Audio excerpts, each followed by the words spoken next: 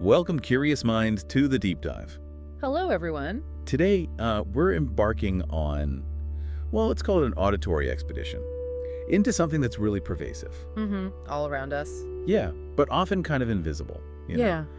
Have you ever stopped to think how some really profound spiritual ideas might be whispering to us? Not from old books, necessarily. Exactly. But from the subtle sounds, the ones you almost don't notice, that surround us every day. It's like this hidden layer of meaning in the air. It really is like a secret language, almost, embedded right there, shaping our moods, maybe even our focus.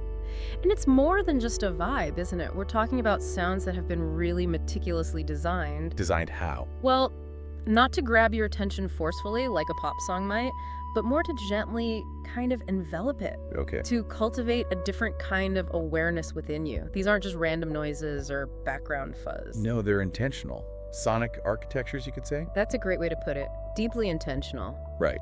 And that's our quest today, our deep dive, Yeah. to really uncover the intricate, fascinating connection between two worlds that might seem totally separate. Which are?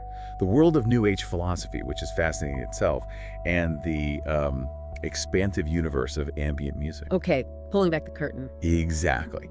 We want to explore how these core New Age concepts, things like self-spirituality, That radical idea, yeah, finding truth within your own experience. totally radical, and holism, the belief that everything is interconnected. Universal interrelatedness. How did those ideas directly translate into the specific musical language of ambient? Things like drone, repetition, that feeling of huge sonic space. And how those sounds were deliberately used, right? Not just composed for art's sake. Yes, Wow. intentionally crafted. For meditation, for creating a specific atmosphere, and maybe even, surprisingly, for healing, therapeutic uses. And what's really compelling for you listening is that exploring this gives you a kind of shortcut A shortcut how? to understanding the deeper currents beneath the sounds you already encounter, maybe meditative tracks you choose, or even just the background music in a coffee shop or an airport lounge. Ah, so it's not just about music appreciation. Not entirely. It's about seeing how these sounds are fundamentally engineered, designed to influence you, Your mood. your focus, maybe even your sense of well-being. By the end of this, you might actually hear the world a bit differently. So the goal is for you to gain a whole new appreciation for the deliberate design behind it all. We'll journey together, starting with the surprising origins of the New Age movement itself. Then look at how its philosophy actually took form in sound. We'll examine key musical innovators, people like Eric Satie, Brian Eno, the American minimalists. And finally, we'll look at the broader cultural impact, including some really practical, sometimes debated applications in healing and personal development. Okay, let's dive in and tune into this world. Okay, so first things first, let's try and get a handle on this term, New Age. It's essential we start here because it's a term that gets thrown around a lot, doesn't it? It really does.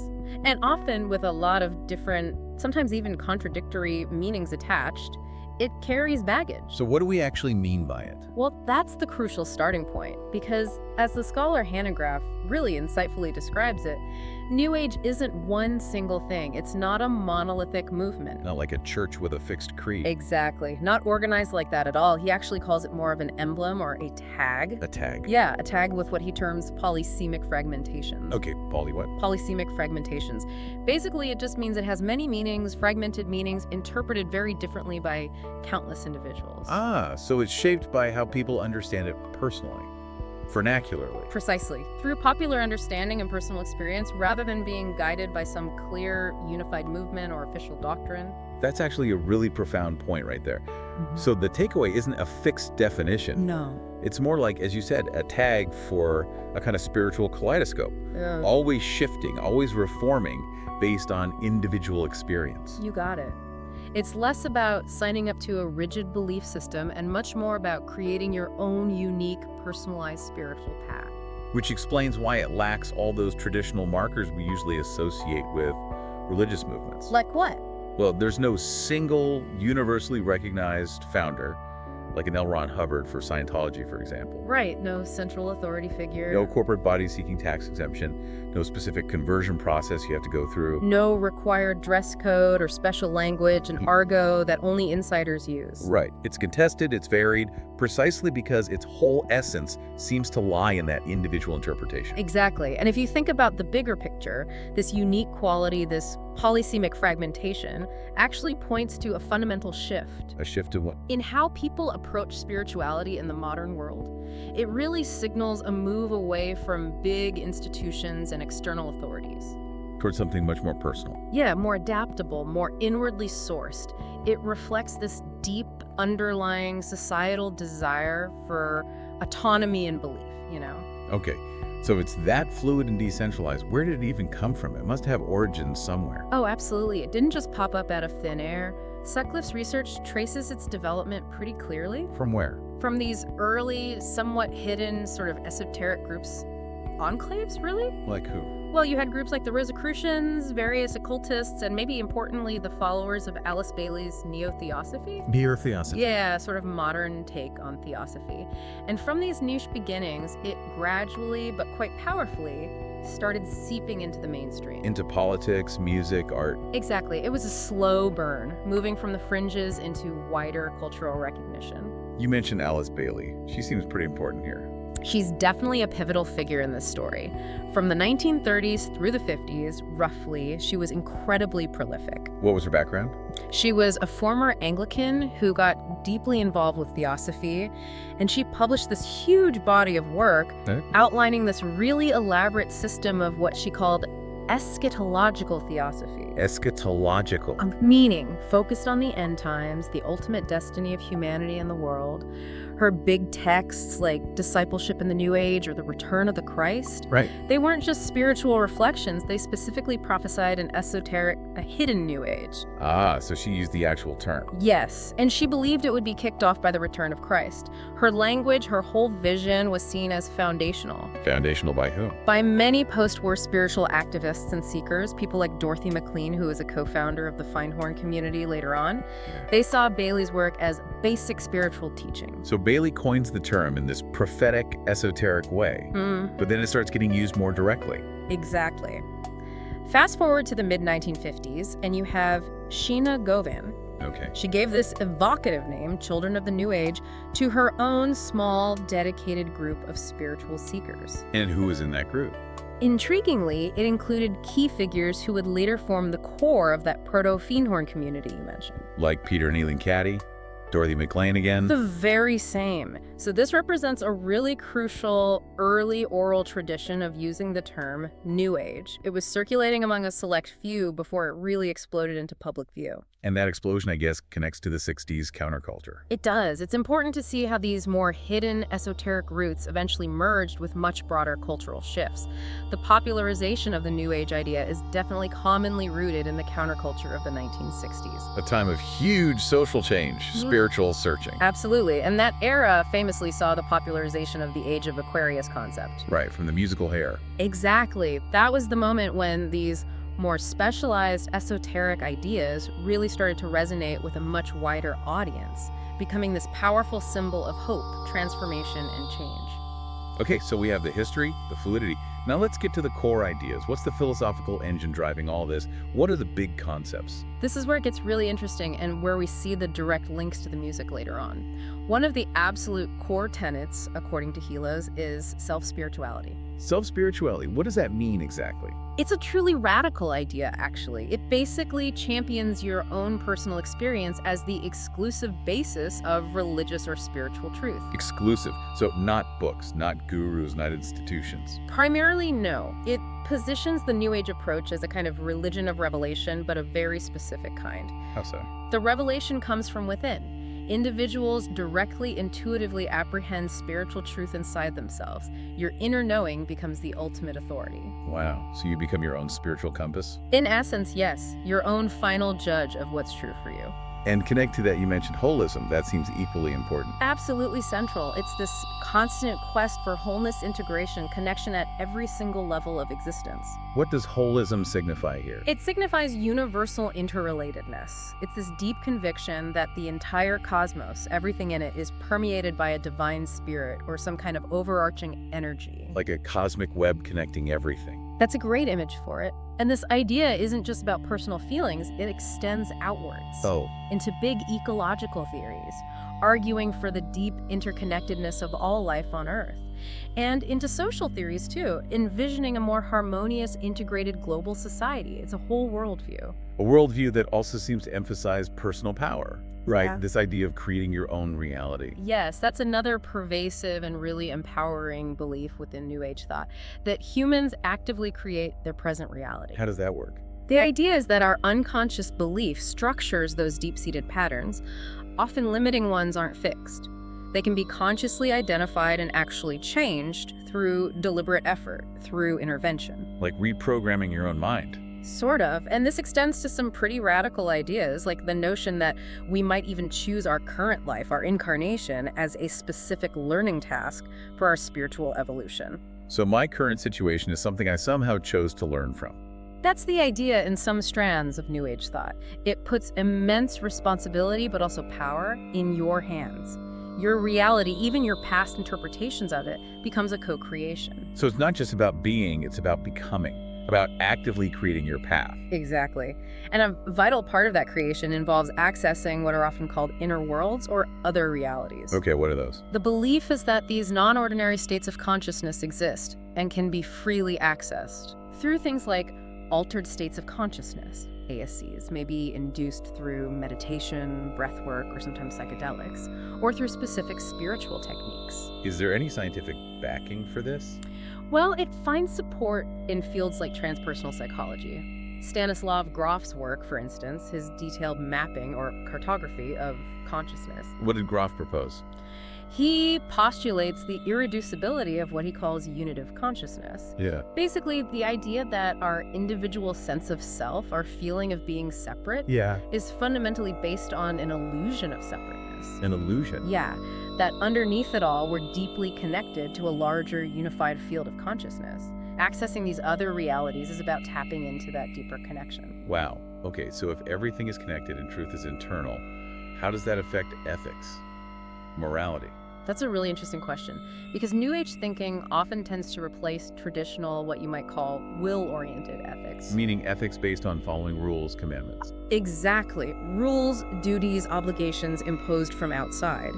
It replaces that with an ethics oriented towards spiritual gnosis. Gnosis, like knowing. Yes, direct, intuitive spiritual knowing or insight. The underlying assumption is that truly ethical behavior. Like kindness, compassion. Yes, all of that. It will naturally and spontaneously flow from achieving that deep inner spiritual development and understanding. So it's less about forcing yourself to be good, cutting to rule. And more about cultivating an inner wisdom that naturally guides your actions in a positive way. Virtue arising from insight, not obligation. That's a fascinating way to think about morality. Yeah. So we have these profound ideas: self-spirituality, holism, creating reality, inner worlds, gnosis. How did people actually use these ideas? How did they become functional? Right, the practical application. That's the functional dynamic of applied spirituality. People wanted something that genuinely worked. Worked out. Well, the typical New Age seekers often really preoccupied with the rational, functional application of spiritual skills. Meaning they want a spiritual practice that will do things, that will make things work. Whether that's on a small personal scale, improving relationships, achieving goals, or on a bigger scale. Like contributing to world peace or healing the planet. Potentially, yes. The point is, spirituality isn't just for navel-gazing contemplation in this view. It's seen as a powerful toolkit for creating tangible, real-world change and improvement. And this focus on practical outcomes leads us straight into healing, doesn't it? Absolutely. Healing and personal development are deeply almost inextricably intertwined in this context. How so? Well, in holistic health circles, and very much within the New Age way of thinking, healing and personal development are very nearly synonymous. So getting better isn't just about fixing a symptom. Exactly. The healing journey isn't usually seen as a straight line to cure a specific illness.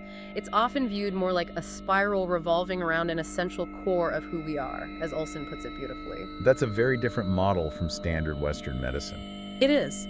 Modern medicine often focuses purely on the biophysical reality, seeing illness as a kind of mechanical breakdown. Right, fix the broken part. Whereas New Age healing actively tries to reintroduce meaning to illness. It suggests sickness isn't just a physical glitch, but maybe a message, a teacher. And part of that bigger journey of self-discovery and evolution? Precisely. It's about understanding the deeper patterns and imbalances, not just masking or removing the symptoms. It's healing the whole person. Okay, this is where our deep dive gets really fascinating. We've laid out the philosophical groundwork of the New Age, self-spirituality, holism, inner realities. But how do these pretty abstract ideas actually become, well, audible? Right. How do you hear interconnectedness? How do you hear inner peace and sound? Exactly. It seems like a huge leap. It is, but it's a leap that certain musicians, particularly Brian Eno, made quite deliberately. What's truly key here is Eno's radical shift in thinking about music itself. How did he shift? He moved away from thinking of music as traditional, fixed compositions, pieces with a clear start and finish, towards conceiving music as a dynamic sound field. A sound field. Yeah. Yeah. He stepped away from the objectification of sound structures into fixed compositions. He started believing that all the devices used to create music, Like synthesizers, tape loops. yes, but also, crucially, including the environment itself, were musical instruments. Wow. The environment as an instrument. Exactly. That fundamentally changes everything. It opens up completely new ways to think about making and experiencing music, new aesthetic possibilities. That is a huge conceptual jump. How did Eno himself describe ambient music then? He brilliantly defined it not as a specific piece, but as an atmosphere or a surrounding influence, a tint. A tint, like adding color to a room. Precisely. And he stated very clearly that it is intended to induce calm and a space to think. A space to think. I like that.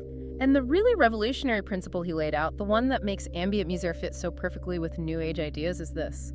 Ambient music must be able to accommodate many levels of listening attention without enforcing one in particular. Meaning you don't have to focus on it intently? Right. It must be as ignorable as it is interesting. Ignorable and interesting. That's a paradox, isn't it? It is. Imagine music you can really dive into if you want, analyze it, get lost in it. But it can also just fade perfectly into the background, supporting whatever else you're doing without demanding your full attention or forcing one single interpretation. Where did he get this idea? Was it totally original? Well, he was profoundly influenced by musical experiences he observed outside the West, particularly in places like India, Bali, and Java. What kind of experiences? Things like all-night musical events, performances that just went on and on. These allowed for, as he put it, a less sharply focused style of listening. Less focused. Yeah, where you could drift in and out, you could be entranced one moment, then go get something to eat or drink, maybe even doze off, and the music would still be there, creating this continuous environment. So music as an immersive presence, not a performance demanding attention. Exactly. It invites what we might call peripheral listening, allowing the sound to just wash over you without constant, conscious, analytical effort. And this idea of sound creating an environment, it taps into something really old, doesn't it? The idea of resonance. It absolutely does. David Toot points out that using cavernous resonance in music isn't some modern trick, it's ancient. How ancient? Well, there are archaeological theories suggesting that some prehistoric cave paintings, the animistic ones, were deliberately created in parts of the cave where the echoes and acoustics were particularly powerful, maybe corresponding to the animals depicted. Seriously, so they were using acoustics way back then. The belief suggests a very deep, perhaps intuitive human connection to resonant spaces and their sonic effects. It hints at how certain environments could create feelings of awe, mystery, connection. Ambience, essentially. As if early humans understood how architecture shapes sound and how sound shapes spiritual experience. It's a fascinating thought, and it leads us right to drone and repetition. These are arguably the fundamental musical building blocks that manifest many New Age principles in sound. Yeah, drone and repetition. Okay. And Robert Fink, a music theorist, has some really insightful, maybe even provocative ideas about repetition. What does he argue? He argues that repetitive musical experiences literally structure a given culture. He really challenges our usual, often negative view of repetition in music. We tend to think of it as boring, right? Right. Or lacking creativity. Exactly. Fink pushes back against seeing repetition as just the negation of desire, something empty or frustrating. Instead, he suggests it can be a powerful and totalizing metastasis. Metastasis? That sounds almost cancerous. Maybe, but in the sense of spreading, becoming all-encompassing, he sees it as a form of processed desire. Processed desire? How? Think about it. A long, sustained, unchanging sound, a drone, or a constantly repeating pattern might seem directionless at first, but it can actually fulfill a deeper human craving. Maybe for stability, for immersion, for a sense of the eternal or the infinite. Okay. Like an anchor. Or it can function as a kind of homeostatic mood regulation within our super chaotic, stimulating modern culture, providing a subconscious feeling of calm, of equilibrium amidst all the noise, like finding a steady pulse. That's a powerful way to reframe repetition, not as boring, but as potentially regulating or fulfilling. And Fink makes this really intriguing comparison to explain its subtle power. He draws from advertising theory. Advertising, how does that connect? He discusses Herbert Krugman's 1965 theory of low-involvement learning. Okay. Krugman suggested that TV ads could influence our behavior and attitudes without us ever consciously processing them or paying close attention. You just absorb it passively. Pretty much. And Fink argues this mirrors exactly how repetitive music, especially ambient or drone, can affect us subtly but deeply, shaping mood, shaping focus without demanding intense conscious analysis. You just absorb the feeling, the atmosphere. Almost without realizing it. Like a commercial playing in the background influences your choices later. Precisely. And this ties perfectly into another key concept, Raymond Williams' idea of flow. Flow. Fink argues that television, especially after 1965, isn't really discrete programs anymore. It's characterized by this pulsating flow, a relentless, seamless stream of shows, ads, news snippets. Right, it just keeps going. Williams called it an endless experiment in repetitive process, with a regular pulse of minimalism in its very bones. Minimalism in TV flow. Yeah, that underlying structure. Yeah. And Fink says this structural quality, this continuous evolving stream, extends directly to ambient and minimalist music. Because they don't have those hard stops, those dramatic arcs. Exactly. They create an experience that's more like an immersive, continuous unfolding, which, if you think about it, mirrors the very idea and for connected flow that holism talks about, the flow of existence made audible. So drone, then, as a key part of minimalism, is crucial for that immersive, meditative quality. Absolutely. Through those sustained, unchanging sounds that don't really go anywhere in a traditional melodic sense. They just are. They create this palpable, resonant presence. So a single long sound isn't grabbing your attention. It's almost becoming your attention field. It mirrors that New Age idea of universal oneness, that interconnected flow of everything captured in one continuous hum or texture. That's the genius of drone music, then. It embodies holism and creates a space for that self-spiritual, meditative state. Beautifully put, it's philosophy made audible. And from this understanding of sound as immersive, repetitive, subtle, we naturally move towards its use as a tool, a therapeutic tool. Yes, connecting right back to those New Age ideals of holism and self-spirituality, where body, mind, spirit are all one interconnected system needing balance. And this is where people like Eileen Day McCusick come in. Her journey into sound healing is a perfect example of this functional application. She started with a concept right out of quantum physics, but also central to New Age holism. Which is? That everything is vibration. Every atom, every cell. And from that basic premise, she drew what she felt was a logical and elegant conclusion. Treating vibration with vibration is logical and elegant. So using sound frequencies to affect the body's vibrations. Exactly. Her approach sees the body not just as flesh and bone, but as a complex vibrational system. And imbalances in that system, she believes, can be addressed using resonant frequencies. Is there a scientific framework for this, even within alternative circles? Well, it leads into concepts like the biofield, often discussed in what you might call New Age science, which tries to bridge spirit and physics. biofield, like an aura. Sort of. Beverly Rubik, who has a PhD, describes it as this invisible, complex, weak electromagnetic field surrounding and permeating the body. Okay, and what does it do? She suggests this biofield uses EM bioinformation for the body's own self-regulation. She even calls it an underlying light grid, enabling essentially instantaneous communication. Faster than nerves or chemicals. That's the idea, that it underpins the slower chemical processes. And she argues this could explain the rapid holistic effects sometimes seen in complementary and alternative medicine, or CAMAM, the biofield as a fast-track healing network. And McKusick talks about subtle energy, right? Yes, that seems related. Very related. She delves deep into this idea of an invisible life force, and she points out it has countless names across cultures and history. Like what? Chi, ki, prana, orgone, ether, spirit, zero-point energy, the implicate order from physics. Loads of names for essentially the same concept. And her argument is that if so many cultures describe it... Exactly. She argues the sheer consistency of this perception and description by millions throughout history lends profound validity to its existence, even if mainstream Western science tends to deny it. Why does she think science denies it? She attributes it to a deep historical bias, the split between science and spirit that has really dominated Western thought for centuries, a mechanistic worldview. An interesting critique of what she sees as scientific narrowness. So, based on these ideas, biofield, subtle energy, what did McKusick actually do? She developed her specific practice called sound balancing, primarily using tuning forks. Tuning forks, like for tuning pianos. Specially calibrated ones, yes. She believes they produce holographic sound fields, pure frequencies that interact with the body's biofield. And what happens then? The idea is that these frequencies can reawaken cellular memories and trigger powerful healing responses. She explains that sound actually travels much faster in water. And the body is mostly water. Over 4 times faster, yeah. It travels as phonons or sonic shear waves. Imagine sound energy rippling through your body's fluids, creating tiny shifts at a cellular level. Like a very subtle internal massage. Kind of. Altering tissue properties through complex electrical and phonon interactions. It's micro-level stuff. Does she connect this to specific body areas, like chakra? Yes, absolutely.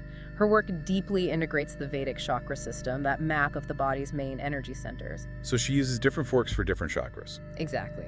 Specific frequencies tailored to each sender, like maybe a 174 hertz fork for general clearing, 256 hertz for the root chakra, others like 396, 417, 528 hertz for specific kinds of energetic work. And she can detect imbalances with these. That's the claim.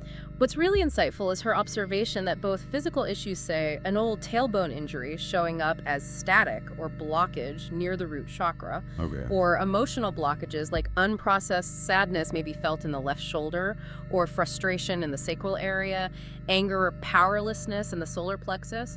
All these things manifest as stuck energy or dissonance in the biofield, and she believes this dissonance is audible to a trained practitioner as distinct shifts in the tuning fork's tone when it's passed through that area. Wow. So the healing process involves hearing or feeling that dissonance. Yes. It's profoundly holistic and experiential. Practitioners are trained to sense or feel the dissonance in the client's energy field. And the client feels it too. Often, yes. They might experience physical sensations, emotional releases, memories surfacing. The practitioner acts as a supportive witness during this. Holding the space. Exactly. Allowing the healing frequencies to dissolve the stuck pain, transforming that discordant energy. And the results. Ideally, a deep sense of integration, mental clarity, release, and a renewed ability to move forward. It directly mirrors that New Age focus on self-realization and healing from within. Healing is profound personal development. Right, so we've got the philosophy, the therapeutic ideas. Now let's trace the actual sonic history. Where did this revolutionary concept of music as environment really start? We have to go back, maybe surprisingly, to Eric Satie. Satie, yeah. And his provocative idea of furniture music. Musique de meublement.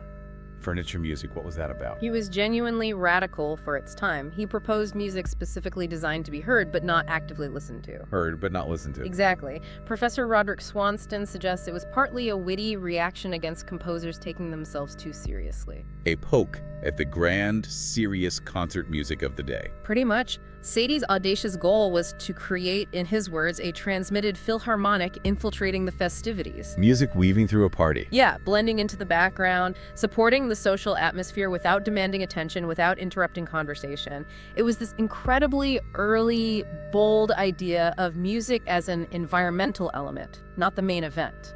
That is truly radical for the early 20th century. Sonic wallpaper, almost. You could say that. And it's precisely this concept, music designed to blend in, offer atmosphere, without demanding focus, that directly paved the way for ambient music later on. So Sadie was composing ambient music before the term even existed. In essence, yes. He laid the conceptual groundwork. Which brings us, logically, to Brian Eno, the man often credited with actually formalizing and popularizing ambient music as a genre. Right. After he left the art rock band Roxy Music, his whole approach to making music just expanded massively. How so? He started seeing everything as potentially musical. All the sound-making devices, sure, but as we said, even the environment itself became an instrument for him, extending composition way beyond notes on a page. And David, too, mentions his influence from Indonesian music. Yes, profoundly so, especially the sound instruction of gamelan orchestra. Gamelan. Those intricate ensembles with metallophones, gongs, drums. Their music often involves these long, cyclical patterns, collective improvisation. Eno's exposure to these non-Western forms was absolutely pivotal. How did it influence him? It deeply informed his vision of music that could allow for that less sharply focused listening, music you could dip in and out of that washes over you, rather than following a strict linear path, creating a sonic space you could almost live in. And his famous album, Ambient 1, Music for Airports from 1978. That's like the key example, isn't it? It's the absolute touchstone. It wasn't just music, it was a statement of intent, a manifesto. What was the intent? Explicitly, to create music that would induce calm and provide a space to think within the usually quite stressful, noisy environment of an airport terminal. So functional music for a specific space. Totally functional. And it intentionally went against the grain of most recording trends at the time, which were pushing for, greater proximity, tighter and more coherent meshing of sounds in pop and rock. This was spacious, diffuse. And the album notes themselves laid out his theory. Yes, a concise, eloquent little essay explaining the whole concept of music as atmosphere, as a functional tint. It really did change how people thought about sound in public spaces. This idea of crafting a new sound world seems so central. It is. Andrew Porter's description of how Philip Glass's music lets your mind wander in a new sound world that the composer has created. You can absolutely apply that to Eno's ambient work, too. It's about consciously designing a sonic experience. Balancing intensity and subtlety, inviting your mind to expand and explore within that soundscape. It's designing a mental environment just as much as a musical one. Okay, so from Eno's ambient environments, let's shift to the American minimalists. They took repetition and drone to whole new places, didn't they? Oh, absolutely. A whole group of composers exploring related ideas. Early on, critics grappling with this radically different sound sometimes called them the New York Hypnotic School. Hypnotic School. Or even dismissed them as making trance music. Why those labels? Because of their groundbreaking use of pulse, pattern, repetition, their music often created these deeply immersive, sometimes described as trippy, effects on listeners, almost like guiding you into an altered state through sound. Who are we talking about here? Key figures like Lamonte Young, Terry Riley, Steve Reich, Philip Glass. Let's take Terry Riley's In C from 1964. That seems hugely important. Foundational.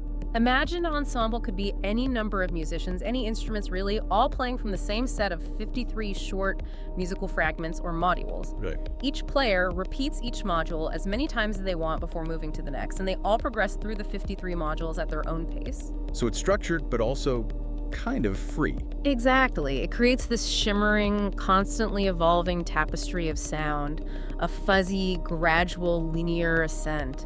It's not about individual solos, it's about the collective unfolding process. What's the effect on the listener? It's this seamless experience, melding a gradual buildup of tension with this feeling of unbroken flow. It can feel timeless, deeply meditative. Its modular, repetitive structure is pure minimalism. You get lost in the ebb and flow. And Steve Reich, he was famous for phasing, right? Yes, Reich was a real pioneer of phasing techniques. His early pieces, like Piano Phase, and especially the larger work, Drumming from 1971, explored gradual phase shifting, brilliantly. How does phasing work? Imagine two musicians playing the exact same short musical pattern, starting perfectly together. Then, one of them very, very slightly speeds up, almost imperceptibly. Okay. The two patterns start to drift out of sync, creating these incredibly complex, shimmering, overlapping rhythmic and melodic effects just from that tiny shift. Then they might lock back into unison briefly, only to drift apart again. So it sounds like it's getting faster, but it's not. Exactly. It creates this mesmerizing auditory illusion, an endless accelerando that never actually gets any faster, a thrilling feeling of constant motion and evolving texture just from that simple process. And drumming uses this. Drumming is a masterclass. It uses phasing, but also demonstrates another technique Rick developed, substituting beats for rests. How does that work? He starts with a very simple rhythmic pattern, maybe just one beat in a cycle. Then, gradually, systematically, he replaces the silences, rests, with more beats, building up the density until the entire rhythmic cycle is full. So it gets more complex over time. Yes, in drumming, he builds from a single eighth note attack up to this complex 8-note paradiddle pattern filling a 12-beat bar. It creates this incredible perception of acceleration and these driving, often African-inspired cross rhythms, very physical, very engaging repetition. And filled glass. We mentioned his connection to Indian music. Right. That influenced his use of what's called additive process. Additive process. Instead of phasing, Glass often worked by taking small musical cells, like a little melodic or rhythmic fragment, and gradually expanding them by adding notes or beats to the original cell over successive repetitions. Think of a simple 3-note pattern becoming 4 notes, then 5, then maybe shifting rhythmically. His early piece 1+1 is a clear example. It creates this feeling of organic growth, of evolving density through methodical expansion. So minimalism wasn't just one thing. Different composers explored repetition in different ways. Absolutely. Phasing, additive process, modular structures, but all sharing that focus on process repetition and creating immersive sound worlds. And surprisingly, this wasn't just for avant-garde audiences. It gained wider popularity. It did, especially by the late 70s and early 80s, to the point where some critics, maybe slightly cynically, dubbed it the higher disco. A higher disco? Seriously, why? The comparison came from the perception that minimalism had a similar visceral effect on its listeners as disco music did. That driving rhythm, the immersive quality? Exactly. Both, in their own ways, emphasized rhythmic pulse, repetition, and could induce an almost trance-like state. Critics saw minimalism as creating classical music with a beat, highlighting that shared potential for a powerful, physical, immersive experience. It showed how these ideas could cross boundaries. And speaking of unexpected connections, there's a link to the Suzuki method for teaching music. A really fascinating and perhaps profound connection, yes. Shinichi Suzuki's talent education method. Famous for teaching kids violin from a young age. Right, and a core part of his method involves tonalization exercises. These involve students repeating very basic musical patterns, scales, tones literally tens or hundreds of thousands of times. Thousands of times. Suzuki himself reportedly repeated a single long violin tone 100,000 times back in 1957. This wasn't just about muscle memory, it was seen as deep ear training, character building. It epitomizes Zen-like minimalism. How is it Zen-like? It mirrors the practice of shikantazu from Soto Zen Buddhism, just sitting, or gradual enlightenment through focused, sustained meditation or practice. The idea that profound insight comes through dedicated, mindful repetition. So Suzuki's method aligns directly with the gradual, repetitive processes in minimalist music. It really does. It suggests this almost spiritual dimension to extreme repetition in musical practice itself.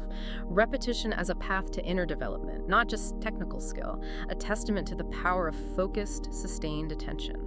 So from these artistic pioneers and therapeutic explorations, these ideas, New Age philosophy, finding expression in ambient and minimalist sound, started to spread, didn't they? They echoed out into the broader culture. They really did. It wasn't just confined to concert halls or niche spiritual circles.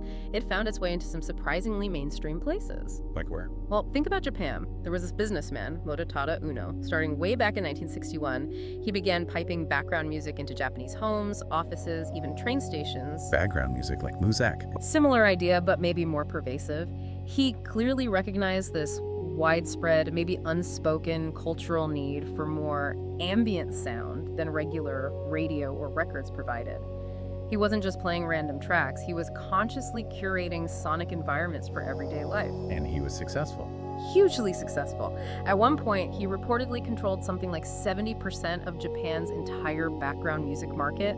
That shows a massive cultural acceptance and demand for this kind of environmental sound. And in the West, we did have Muzak, as you mentioned. We did. Originally called wired radio, it started by transmitting music into places like grocery stores, restaurants, hotels. And Muzak was quite scientific about it, wasn't it? Very much so. They were really at the forefront of using specific tempos and timbres, the tonal quality of sounds, to deliberately create a mood boost for shoppers or workers. And they even tried to adjust for tiredness. Yeah, to counteract the natural human fatigue cycle during the workday. Dr. James Keenan, an industrial psychologist, talked about Muzak's intense focus on environmental and ergonomic research back in '67.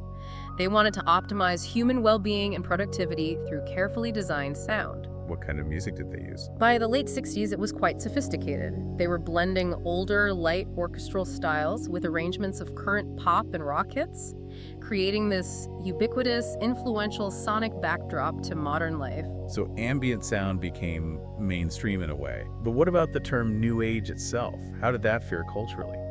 Well, that had a much more complicated and frankly often contentious reception. As we discussed earlier, after the '70s, it became this very fluid tag or code word. For anything vaguely spiritual. Pretty much. Interpreted very loosely, vernacularly, still lacking those fixed meanings. But this popularization came at a cost. By the 1990s, David Spangler, who was a really key figure, an early thinker in the movement, openly admitted that being called New Age had become the kiss of death intellectually, academically, and professionally. Wow, the kiss of death. Yeah. Even from an insider. Yes. It highlights how complex its reception became. It got dismissed intellectually, often seen as flaky or superficial, precisely because it had become so widespread and vaguely defined. Its popular success paradoxically led to its devaluation in serious circles.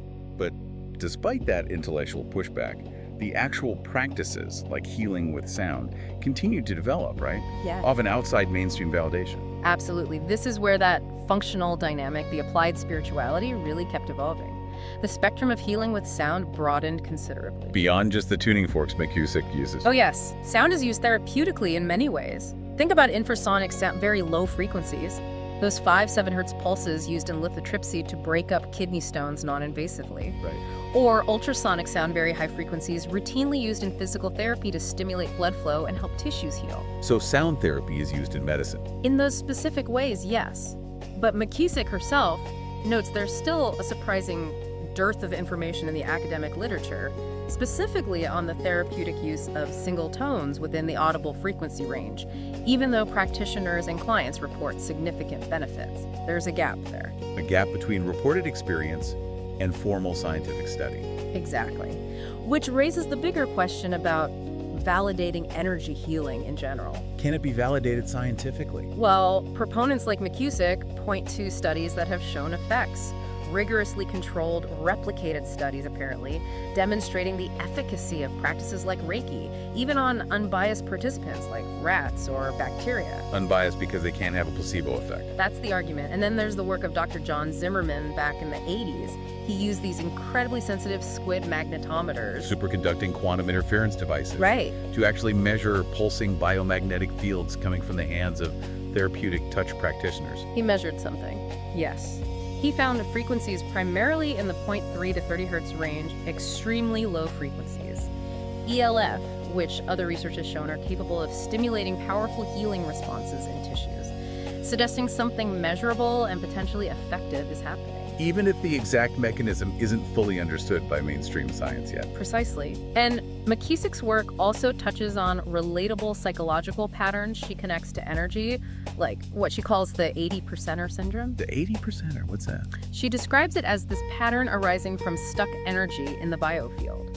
Often, she observes, it's linked to unresolved issues, maybe with parents, manifesting in the third chakra area personal power, will. And the symptom is? A persistent inability to complete tasks. You get 80% of the way there, but consistently struggle to finish things. I think we all know that feeling sometimes. Right. And sound therapy, in her view, aims to literally find, break up, and reintegrate this stuck energy to help people overcome that block, achieve completion, and reclaim their personal power. A direct link between energetic work and tangible life effectiveness. And the overall experiences clients report seem quite profound. They do. People consistently talk about reduced physical pain, more mobility, deep relaxation, less anxiety, but also, significantly, the ability to finally remember, process, and release past traumas that were maybe holding them back. How does that happen in a session? The idea is that these shifts happen as clients consciously hear or feel the energy changing in their bodies or the sound dissonance resolving. It reinforces that holistic New Age view, body, mind, spirit, all healing together. It's personal transformation, not just symptom management. But, as we noted, this whole landscape isn't without its critics and complexities. That intellectual dismissal of New Age is a recurring theme. It is. We can't ignore it. Yeah. Spangler's kiss of death comment, his deliberate effort later to distance himself from the popular New Age glamour. Did he do that? To try and preserve what he felt was the genuinely transformative vision at its core. It shows a real internal critique within the movement itself, grappling with its own popular image and the risk of superficiality, fear of the deep insights getting lost. And the scientific debate continues, doesn't it? That New Scientist report titled Hype, Hope, and Healing seems to capture it perfectly. It really does, from 2001, but still relevant.